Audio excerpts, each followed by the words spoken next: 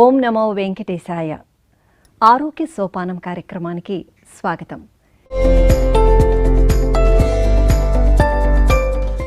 తిరుమల తిరుపతి దేవస్థానముల వారిచే స్థాపించబడిన ఎస్వి ఆయుర్వేద కళాశాల నుంచి డిపార్ట్మెంట్ ఆఫ్ కాయ చికిత్సలు అసోసియేట్ ప్రొఫెసర్గా తమదంటూ సేవలను అందిస్తున్నారు డాక్టర్ హరినాథ్చారి గారు. ఈనాటి ఈ కార్యక్రమంలో కీళ్ల సమస్యలు, ఆయుర్వేదంలో పరిష్కార మార్గాలను గురించి వారు మనకు తెలియజేస్తారు. నమస్కారం డాక్టర్ గారు. నమస్తే అండి. డాక్టర్ గారు, కీళ్ళ వ్యాధుల గురించి ఇప్పుడున్న పరిస్థితుల్లో చాలా వరకు వింటూ ఉంటాం. మరి ఈ కీళ్ళ సమస్యలు ఎందుకు వస్తాయి, వాటి గల కారణాలను తెలియజేస్తారా? కీళ్ళు అంటే జాయింట్స్. ఈ జాయింట్స్ అనేది మనం అందరం అనుకున్నట్లు కేవలం ఎముకలతోనే ఏర్పడదండి. ఈ జాయింట్ మధ్యలో మనకి మృదుల అస్థి అని అంటారు, దాన్ని కార్టిలేజ్ అంటాము. సో దానిపైన ఇంకొక పొర ఉంటుంది, దాన్ని సైనోవియల్ మెంబ్రేన్ అంటాము. దానిపైన ఒక ఆర్టికులర్ క్యాప్సూల్ ఉంటుంది. ఆ జాయింట్ మధ్యలో రెండు ఎముకలు మూమెంట్ ఇచ్చినప్పుడు ఒక కుషన్ ప్యాడ్ లాగా ఉండేటువంటి స్ట్రక్చర్స్ ఉంటాయి. దాని మధ్యలో లూబ్రికేషన్ కోసమని సైనోవియల్ ఫ్లూయిడ్ ఉంటుంది. సో ఈ నిర్మాణం అంతా కలిపి దీన్ని జాయింట్ అంటారు. ఈ నిర్మాణంలో ఎటువంటి ప్రాబ్లం వచ్చినా కూడా అక్కడి నుంచి నొప్పి వచ్చేటువంటి అవకాశం ఉంది. సాధారణంగా మనం చూసినట్లయితే వయసు పైబడిన వాళ్ళు మా దగ్గరికి వస్తూ ఉంటారు. వాళ్ళు ఎక్కువగా మోకాళ్ళ నొప్పులని చెప్తూ ఉంటారు. మోకాళ్ళల్లో గుజ్జు అరిగిపోయిందని సాధారణంగా డాక్టర్లు వివరిస్తూ ఉంటారు. ఈ గుజ్జు అనేది ఏంటంటే కార్టిలేజ్ అనమాట. ఈ కార్టిలేజ్ అరగడం అనేది first stage, second stage, third stage, fourth స్టేజ్లలో ఉంటుంది. ఫస్ట్ 2 స్టేజ్లలో వస్తే పేషెంట్స్కి చాలా మంచి ట్రీట్మెంట్ ఉంటుంది. థర్డ్ స్టేజ్, ఫోర్త్ స్టేజ్ వచ్చేసి అది మనం మేనేజ్ చేయగలం అంతవరకే. ఫోర్త్ స్టేజ్ వచ్చేసి పేషెంట్స్ డెఫినెట్గా సర్జరీకి వెళ్ళాల్సినటువంటి అవసరం ఉంటుంది. అదేవిధంగా ఇంతకుముందు చెప్పినట్లు సైనోవైటిస్ అంటే ఏంటంటే పైన ఉండే పొరకి వాపు వస్తుంది. ఆ వాపు వల్ల చెడు నీరు అనేది జాయింట్లో అక్యూములేట్ అవుతుంది. దీనివల్ల ఈ జాయింట్స్లలో వాపు, ఎర్రగా మారటం, జాయింట్ దగ్గర లోకల్ టెంపరేచర్ అంటే వేడిగా ఉండటం, ఇలాంటివన్నీ సైనోవైటిస్ అనే కండిషన్స్లో మనం చూస్తామన్నమాట. ఇంకొక కండిషన్ వచ్చేసి బర్సైటిస్. ఈ బర్సాలు అనేటివి ఏంటంటే ఒక షాక్ అబ్జార్బింగ్ ప్యాడ్స్ లాగా ఉంటాయి జాయింట్స్లో. జాయింట్స్ని ఎక్కువగా అంటే ఓవర్గా యూజ్ చేయటం వల్ల కానీ, లేకపోతే డైరెక్ట్గా ఏదైనా ఇంజురీస్ జరిగినప్పుడు కానీ ఇలాంటి బర్సా అనే స్ట్రక్చర్స్ డ్యామేజ్ అవుతూ ఉంటాయి. ఈ బర్సా అనే స్ట్రక్చర్స్ డ్యామేజ్ అయినప్పుడు ఆ జాయింట్ కదల్చలేకపోతూ ఉంటాడు పేషెంట్. అదేవిధంగా ఇంకొక ముఖ్యమైనటువంటి విషయం ఏంటంటే లిగమెంట్స్ అంటారు. ఒక ఎముక నుంచి ఇంకొక ఎముకకి మధ్యలో ఉండేటువంటి తాళ్లలాగా ఉండేటువంటి ఎలాస్టిక్ థ్రెడ్స్ అన్నమాట, వాటిని లిగమెంట్స్ అంటారు. ఈ లిగమెంట్స్ కూడా మనకి డ్యామేజ్ అవుతూ ఉంటాయి. కాలు జారి పడినప్పుడు కానీ, లేకపోతే రోడ్ ట్రాఫిక్ యాక్సిడెంట్స్లో డైరెక్ట్గా మోకాళ్ళకి ఇంజురీ జరగటం వల్ల కానీ, లేకపోతే మోచేతులకి ఇంజురీ జరగటం వల్ల కానీ ఈ తాళ్లలాగా ఉండేటువంటి లిగమెంట్స్ డ్యామేజ్ అవుతూ ఉంటాయి అన్నమాట. సో వీటిని లిగమెంటల్ స్ప్రెయిన్స్ అంటారు. ఒక్కొక్కసారి ఇవి కట్ అవటం కూడా మనం చూస్తూ ఉంటాము. కొంచెం కట్ అయితే దాన్ని ఏమంటారంటే పార్షియల్ టేర్ అంటారు. టోటల్గా కట్ అవుతే దాన్ని కంప్లీట్ టేర్ అంటారనమాట. సో ఈ విధంగా లిగమెంట్స్ కట్ అయిపోయినప్పుడు ఆ పేషెంట్ అనేవాడు మెట్లు ఎక్కలేకపోవటం, దిగలేకపోవటము, నడవలేకపోవటము, ఆ జాయింట్ బలహీనంగా ఫీల్ అవ్వటము జరుగుతూ ఉంటుంది. మనము సాధారణంగా అథ్లెటిక్స్ పీపుల్లో చూసినట్లయితే వాళ్ళు బాస్కెట్బాల్ కానీ, లేకపోతే ఫుట్బాల్ కానీ ఆడినప్పుడు, లేకపోతే రన్నింగ్ చేసినప్పుడు వారు పొరపాటున మోకాళ్ళకి కింద పడి దెబ్బలు తగిలించుకున్నప్పుడు మోకాళ్ళలో 2 ముఖ్యమైనటువంటి లిగమెంట్స్ ఉంటాయి, anterior cruciate ligament and posterior cruciate ligament. ఇవి డ్యామేజ్ అయినప్పుడు వాళ్ళు నడవలేకపోవటం గమనించుకోవచ్చు. అది పార్షియల్ టేర్ అయితే మందుల వల్ల మనం తగ్గించుకోవచ్చు. కంప్లీట్ టేర్ అయితే అది సర్జికల్ కండిషన్, ఆర్థోపెడిషియన్స్కి మేము రిఫర్ చేస్తాము. డాక్టర్ గారు, కీళ్ళ వ్యాధుల గురించి ఆయుర్వేదంలో ఏం చెప్పబడిందో తెలియజేస్తారా? ఆయుర్వేదంలో కీళ్ళ వ్యాధుల గురించి చాలా విస్తారంగా చెప్పబడింది. ఇది మన పురాతన భారతీయ వైద్య శాస్త్రం. ప్రతి ఒక్క ఆరోగ్య విషయాన్ని గురించి ఆయుర్వేదంలో కూలంకుషంగా చర్చింపబడింది. ఈ కీళ్ళ వ్యాధులను ముఖ్యంగా ఆయుర్వేదంలో 3 డివిజన్స్ కింద మనం చర్చించుకోవచ్చు అన్నమాట. మొదటిది సంధిగత వాతము, రెండవది ఆమవాతము, మూడవది వాతరక్తము. సంధిగత వాతం అంటే ఏంటంటే సాధారణంగా 50 నుంచి 60 సంవత్సరాల వయసు ఉన్న వాళ్ళలో మోకాళ్ళ నొప్పులు అని వస్తూ ఉంటారు డాక్టర్స్ దగ్గరికి. వారికి మోకాళ్ళలో గుజ్జు అరిగిపోయిందని డాక్టర్ గారు నిర్ధారిస్తారు. ఆ గుజ్జు అరిగిపోవటం ఏంటంటే కార్టిలేజ్ అరిగిపోవటం అన్నమాట. అదేవిధంగా కొంతమంది ఒబేసిటీతో వస్తారు, వాళ్ళకు కూడా మోకాళ్ళ నొప్పులు ఉంటాయి. ఎందుకు అని అంటే ఆ వెయిట్ బేరింగ్ చేసేటువంటి జాయింట్స్ మోకాళ్ళు కాబట్టి దాంట్లో గుజ్జు అరిగిపోవడం చూస్తూ ఉంటాము. అదేవిధంగా ఎండోక్రైనల్ డిసీజ్ అయినటువంటి హైపోథైరాయిడిజం అని ఒక కండిషన్ ఉంది. సో దీనికి అసోసియేటెడ్గా ఈ సంధిగత వాతం అనేది అసోసియేటెడ్గా ఉంటుంది. అంటే ఏంటంటే ఈ సంధిగత వాతం అంటే ఏంటంటే ఆస్టియో ఆర్థరైటిస్ అని అంటారు. సో ఈ ఆస్టియో ఆర్థరైటిస్ ఉన్నవాళ్ళు మోకాళ్ళల్లో వాపు కలిగి ఉంటారు. నడిచేటప్పుడు శబ్దాలు వస్తూ ఉంటాయి అన్నమాట, టకటక అనే శబ్దాలు వస్తూ ఉంటాయి. వీళ్ళు కూడా మెట్లు ఎక్కటం కానీ దిగటం కానీ చేయలేరన్నమాట. మనం ఎక్స్రే తీసి చూసినప్పుడు ఆ జాయింట్ మధ్యలో ఉన్నటువంటి స్పేస్ ఆధారంగా వాళ్ళు గ్రేడ్ 1లో ఉన్నారా, 2లో ఉన్నారా, 3లో ఉన్నారా, 4లో ఉన్నారా అని మనం నిర్ణయిస్తాము. గ్రేడ్ 1, 2 ఉన్న వాళ్ళకి చికిత్స చేస్తే అది పూర్తిగా నయమేటువంటి అవకాశం ఉంది. గ్రేడ్ 3 అండ్ గ్రేడ్ 4లో ఉన్న వాళ్ళకి సో మనం మందుల ద్వారా కొంచెం ఉపశమనం మాత్రమే కలిగించగలం. కొన్ని సంవత్సరాల తర్వాత వాళ్ళు డెఫినెట్గా నీ రీప్లేస్మెంట్ సర్జరీస్కి వెళ్ళాల్సిన అవసరం ఉంటుంది. రెండవ కండిషన్ ఏంటంటే ఆమవాతం. దీనిని మనం రుమటాయిడ్ ఆర్థరైటిస్గా పరిగణించవచ్చు. ఇది ఒక auto immune disease. Auto immune disease అంటే ఏంటంటే మన శరీరంలో వ్యాధి నిరోధక శక్తి మనకి వ్యతిరేకంగా పనిచేయటం మొదలు పెడుతుందన్నమాట. ఈ విధంగా పనిచేయటం వల్ల జాయింట్ పక్కన ఉండేటువంటి కనెక్టివ్ టిష్యూ అంటారు, అంటే లిగమెంట్స్ అన్నమాట. మెయిన్గా వీటిని డ్యామేజ్ చేస్తూ ఉంటాయి శరీరంలో తయారైనటువంటి ఆటో యాంటీబాడీస్. దీనివల్ల ఈ లిగమెంట్స్ అన్నీ డ్యామేజ్ అవ్వటం వల్ల ఏమవుతుందంటే పేషెంట్స్కి ఈ వేళ్ళు వంకర తిరగటం ఇట్లాంటివన్నీ కలుగుతూ ఉంటాయి. మరి ఈ ఆమవాతాన్ని గుర్తించడం ఎలా, ముఖ్య లక్షణాలు ఏంటి అని ఒకసారి తెలుసుకున్నట్లయితే ఈ ఆమవాతం ఉన్నవాళ్ళు అంటే రుమటాయిడ్ ఆర్థరైటిస్ ఉన్నవాళ్ళు ఉదయాన్నే లేవంగానే 1 గంట వరకు స్టిఫ్నెస్ ఉంటాయి, అంటే వేళ్ళు మడవలేరు మరియు చాపలేరు. సో రెండవ లక్షణం ఏంటంటే కుడివైపు ఏ జాయింట్ అయితే ఇన్వాల్వ్ అయిందో ఎడమ వైపు కూడా ఆ జాయింటే ఇన్వాల్వ్ అవుతుంది. అంటే for example right side wrist జాయింట్లో పెయిన్ వస్తే లెఫ్ట్ సైడ్లో కూడా రిస్ట్ జాయింట్లో పెయిన్ వస్తుంది. ఇక మూడవ లక్షణం ఏంటంటే ఈ జబ్బు సాధారణంగా చిన్న జాయింట్స్లో మొదలై అంటే చేతి వేళ్ళలో మొదలయ్యి అది క్రమంగా మోచేతికి, భుజాలకి, హిప్ జాయింట్స్కి, నీ జాయింట్స్కి పాకేటువంటి అవకాశం ఉందన్నమాట. ఈ జబ్బు సాధారణంగా స్త్రీలలో ఎక్కువ చూస్తాము, పిల్లలలో కూడా ఎక్కువగా చూస్తూ ఉంటాము. దీన్ని రుమటాయిడ్ ఆర్థరైటిస్గా పరిగణించవచ్చు. మూడవ కండిషన్ వచ్చేసి వాతరక్తము. ఈ వాతరక్తము ఎందుకు వస్తుంది అని అంటే మన యొక్క ఆహారపు అలవాట్ల వల్ల ఇవి వాతరక్తం అనేది వస్తుంది. ఆహారపు అలవాట్లు అంటే ఏంటి అంటే జంక్ ఫుడ్ ఎక్కువగా తీసుకోవటం, మద్యపానం ఎక్కువగా సేవించటం, మాంసాహారం ఎక్కువగా సేవించటం ద్వారా మన రక్తంలో సీరం యూరిక్ యాసిడ్ లెవెల్స్ అనేది ఎక్కువగా పెరిగిపోయి ఆ క్రిస్టల్స్ జాయింట్స్లో డిపాజిట్ అవటం వల్ల ఈ జబ్బు అనేది వస్తుందన్నమాట. దీన్ని వాతరక్తం అంటారు. దీన్ని మోడర్న్ పరంగా చెప్పుకోవాల్సినట్లయితే దీన్ని గౌటీ ఆర్థరైటిస్ అని అంటాం అన్నమాట.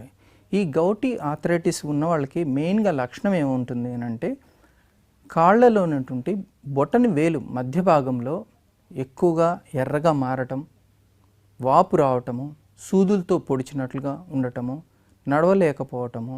సో ఈ విధమైన లక్షణాలతో ఉన్న వాళ్ళని మనం గౌటీ ఆర్థరైటిస్ అంటాము. సో వీళ్ళకి బ్లడ్ టెస్ట్ చేసినట్లయితే సీరం యూరిక్ యాసిడ్ లెవెల్స్ ఎక్కువగా ఉండేటువంటి అవకాశం ఉంది. సో ఈ విధంగా సవిస్తారంగా కీళ్ళ వ్యాధుల గురించి ఆయుర్వేదంలో చర్చింపబడింది. సార్, కీళ్ళ సమస్యలకు ఆయుర్వేదంలో గల పరిష్కార మార్గాల గురించి మాకు చెప్తారా? ఆయుర్వేదంలో ఏ జబ్బుకైనా 3 విధమైనటువంటి పరిష్కార మార్గాలు చెప్పబడ్డాయి. మొదటిది నిదాన పరివర్జనం, రెండవది ఔషధ చికిత్స, మూడవది పత్య విహార సేవన. మొదటిది నిదాన పరివర్జనం అంటే ఏంటి? నిదానం అంటే కారణము. ఒక జబ్బుకి ఒక కారణం ఉంటుంది, ఆ కారణం వల్ల ఆ జబ్బు వస్తుంది. సో ఆ జబ్బు వస్తుంది అంటే ఆ కారణాన్ని మనం త్యజించాలి. అదే ఫస్ట్ లైన్ ఆఫ్ ట్రీట్మెంట్. ఇప్పుడు నేను చెప్పినట్లు ఈ గౌటీ ఆర్థరైటిస్ ఎందుకు వస్తుంది? ఎక్కువగా మద్యపానం సేవించటం వల్ల వస్తుంది, మాంసాహారం సేవించటం వల్ల వస్తుంది.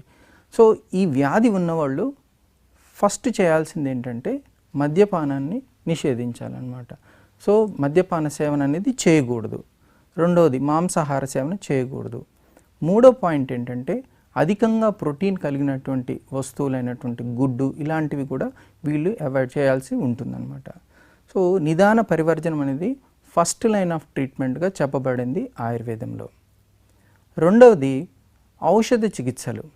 ఈ ఔషధ చికిత్సలు కూడా ఆయుర్వేదంలో 2 రకాలుగా చెప్పారు. ఒకటి శమన చికిత్స, రెండవది శోధన చికిత్స. శమన చికిత్స అంటే ఏమిటి?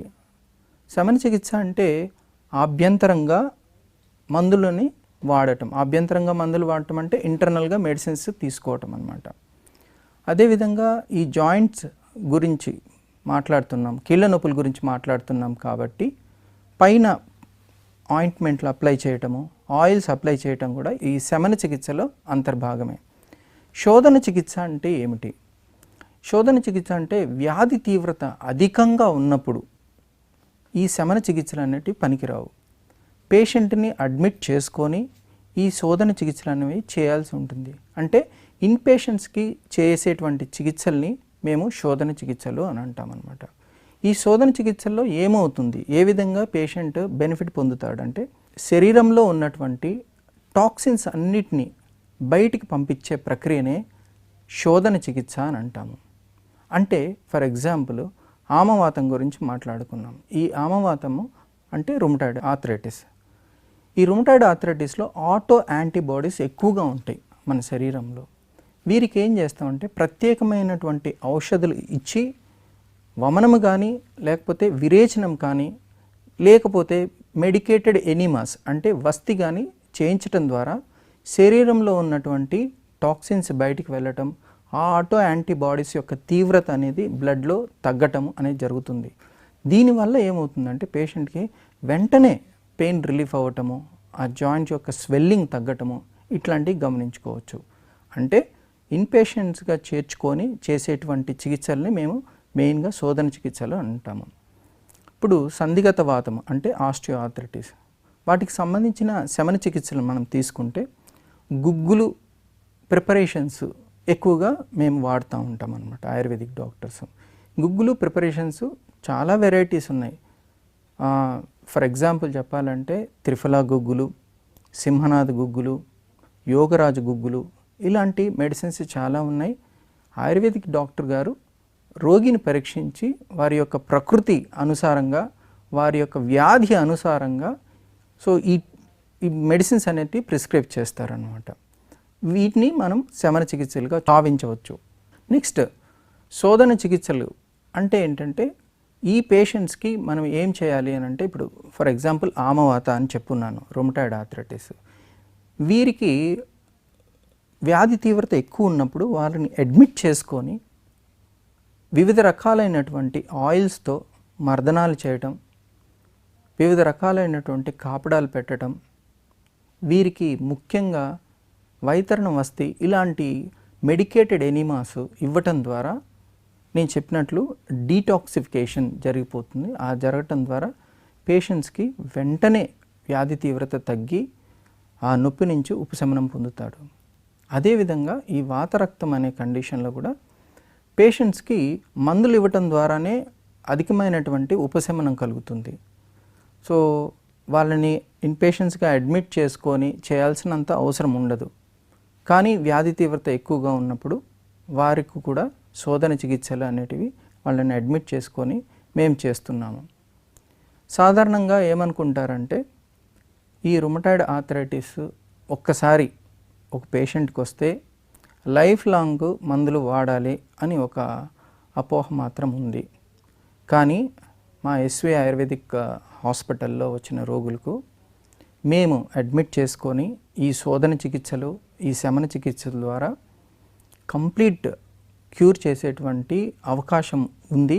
చాలామంది పేషెంట్స్ కూడా ఒక 4 నుంచి 5 సంవత్సరాలు సమయం అయితే పడుతుంది, కానీ వారు ఆ వ్యాధి నుంచి సంపూర్ణంగా శాశ్వతంగా వారు రిలీఫ్ పొందుతున్నారు. ఇప్పుడు కీళ్ళ వ్యాధులు అనేటివి చిన్నపిల్లల్లో కూడా చూస్తూ ఉంటాను, అదేవిధంగా మధ్య వయస్కుల వారికి కూడా చూస్తూ ఉంటాం అన్నమాట.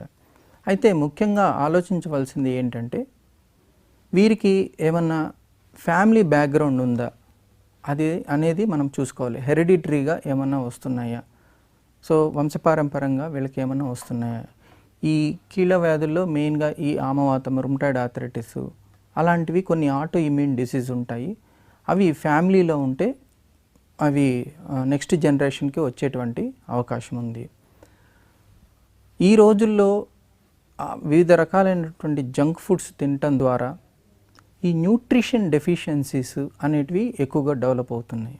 ముఖ్యంగా కాల్షియం లోపము, అదేవిధంగా విటమిన్ డి లోపము, వీటి వల్ల కూడా ఈ ఎముకలకు సంబంధించిన వ్యాధులు, కీళ్ళకు సంబంధించినటువంటి వ్యాధులు వచ్చేటువంటి అవకాశం ఉంది. ఈ విటమిన్ డి లోపం వల్ల ఏం జరుగుతుందంటే ఎముకలు గుల్లబారిపోతూ ఉంటాయి. దీనినే ఆస్టియోపోరోసిస్ అంటాం అన్నమాట. ఇది సాధారణంగా మెనోపాస్ వచ్చినటువంటి ఆడవాళ్ళలో ఎక్కువగా చూస్తూ ఉంటాము. ఆస్టియోపోరోసిస్ అనేది ఎక్కువగా చూస్తూ ఉంటాము. అదే విటమిన్ డి లోపం వల్ల కూడా ఆస్టియోపోరోసిస్ త్వరగా వచ్చేటువంటి అవకాశం ఉంది. వీరికి ఎటువంటి చికిత్సలు అందిస్తాము ఆయుర్వేదిక్లో? విటమిన్ డి అయితే కంపల్సరీగా సప్లిమెంట్ చేయాల్సిందే. దాని తర్వాత విటమిన్ డి సప్లిమెంట్ చేసినా కూడా పేషెంట్కి పెద్దగా రిలీఫ్ లేకపోతే వారిని మేము అడ్మిట్ చేసుకొని ఈ పంచకర్మల్లో ఒకటైనటువంటి తిక్త క్షీర వస్తి అనేది ఒక స్పెషల్ వస్తి ఉంటుంది. అది ఇవ్వటం ద్వారా ఆ ఎముకల్లో గుల్లబారుడుతనం తగ్గటంతో పాటు ఆ ఎముకల్లో మధ్యలో ఉండేటువంటి ఆ మృదులాస్థి కార్టిలేజ్ పెరగటం, ఆ మధ్యలో ఉండేటువంటి శ్లేష్మక కఫం అంటే సైనోవియల్ ఫ్లూయిడ్ పెరగటము, చుట్టూ ఉండేటువంటి ఆ లిగమెంట్స్ స్ట్రెంగ్తన్ అవటం, ఇట్లాంటివన్నీ చూస్తూ ఉంటాము. అదేవిధంగా మేము ఏం చేస్తామంటే మోకాళ్ళ పైన ఒక కాటన్ లాగా పెట్టేసి వివిధ రకాలైనటువంటి ఆయిల్స్ పోయటం ద్వారా, లేకపోతే ఆ మోకాళ్ళ పైన ఒక రింగ్ లాగా పెట్టేసి చుట్టూ పిండితోటి కట్టులాగా కట్టేసి లోపల ఆయిల్స్ పోయటం ద్వారా, వీటిని ఏమంటారంటే జాను వస్తి, జాను పిచ్చు అంటారు. ఇలా చేయటం ద్వారా ఈ మోకాళ్ళ నొప్పుల నుంచి పూర్తిగా ఉపశమనం పొందేటువంటి అవకాశం బాగా ఉంది. ఈ కీళ్ళ వ్యాధుల నుంచి మీరు పూర్తిగా ఉపశమనం పొందాలి అని అంటే క్వాలిఫైడ్ ఆయుర్వేదిక్ డాక్టర్ దగ్గరికి వెళ్తే ఎటువంటి సైడ్ ఎఫెక్ట్స్ లేకుండా సహజ పద్ధతిలో మోర్ న్యాచురల్ వేలో మీరు మోకాళ్ళ నొప్పుల నుంచి శాశ్వతంగా మీరు రిలీఫ్ పొందే అవకాశం ఉంది. మా ఆయుర్వేదిక్ హాస్పిటల్లో అది కాయ చికిత్స విభాగంలో 3 డాక్టర్స్ ఉన్నాము. మీరు మా సేవల్ని ఎల్లప్పుడూ వినియోగించుకోవాల్సిందిగా విజ్ఞప్తి చేస్తున్నాను. సర్వేజన సుఖినోభవంతు. డాక్టర్ గారు, ఈనాటి ఆరోగ్య సోపానం కార్యక్రమంలో కీళ్ల సమస్యలు, పరిష్కార మార్గాల గురించి మా ప్రేక్షకులకు సవివరంగా తెలియజేసిన మీకు ధన్యవాదాలు. ధన్యవాదాలు.